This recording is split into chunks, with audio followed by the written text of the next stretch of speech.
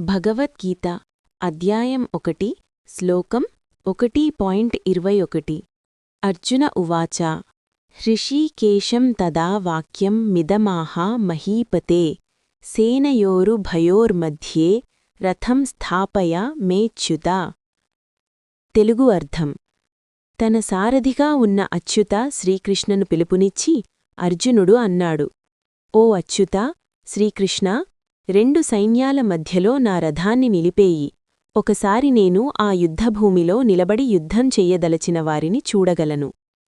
సారాంశం: యుద్ధానికి సిద్ధమైన రెండు సైన్యాలను చూసి అర్జునుడు తన సారథి శ్రీకృష్ణను పిలిచి రథాన్ని రెండు సైన్యాల మధ్యలో నిలిపేయమని చెప్పాడు. అతనికి ఎవరు తనతో యుద్ధించనుందో స్పష్టంగా తెలుసుకోవాలనుంది.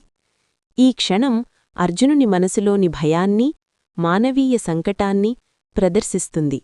ధర్మం మరియు సన్నిహిత బంధువుల బాధ్యత మధ్య అతనికెదురైన అంతఃకలహాన్ని చూపిస్తుంది.